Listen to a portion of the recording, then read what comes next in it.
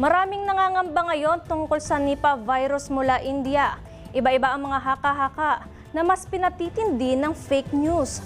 Para malaman natin ang totoo sa hindi, makakapanayam natin si Dr. Ron Jean Solante, isang infectious disease expert. Thanks for joining us, Dr. Solante. Magandang hapon po. Hi, hello. Good afternoon. Sir, unang-una po, ano po ba yung Nipah virus at ano po ba yung kaibahan nito o pagsahaling tulad sa COVID-19?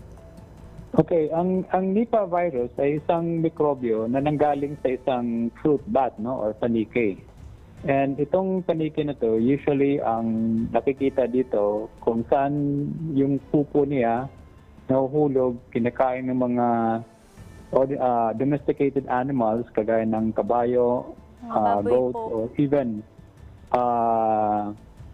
yung mga tao na na-expose doon sa mga poop ng panike na to are usually the most common mode of transmission, no? Kaya ito ay isang virus na hindi ito bago, pero there are a lot of periodic outbreak na nakikita natin sa Bangladesh, even India. Kaya in fact, sa Philippines, meron na tayong ganito noong 2014, no? So, ang main transmission nito, most of the time, is coming from the bat or infected animal, then ma-expose yung tao. Tapos yung tao naman, pag once na ma-expose, will have symptoms kagaya ng pneumonia or pamamaga sa utak, kagaya ng encephalitis or meningitis.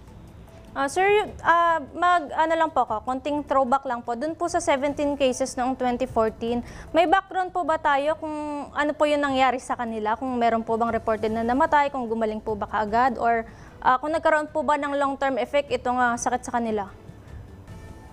Yes, during that time, no, hindi lang na masyadong na detalye yun. Pero there were also who died because of that outbreak in Mindanao, no. Nakuha nila yon sa mga kabayo na kinakain nila yung meat kasi yung mga kabayo is the intermediate host, ibig sabihin na-expose sila doon sa mga fruit bats, and yung cause ng kaso dito sa Pilipinas during that time. And after that, hindi na natin alam kung ano yung mga nakasurvive, kung ano yung sequelae, but that is one of the reported outbreak na nakatala na sa WHO na isang Pilipinas nakaranas ng outbreak ng Nipah virus. Sir, pagdating naman po kasi 'di ba, kunyari may kasama ko na meron na siyang Nipah virus. Madali po ba kung mahahawaan nun, or gaano po ba ang para mahawaan? Okay. The transmissibility of Nipah virus hindi siya ka-level ng COVID, no? Kasi babalikan natin ang ating panayam kay Dr. Solante.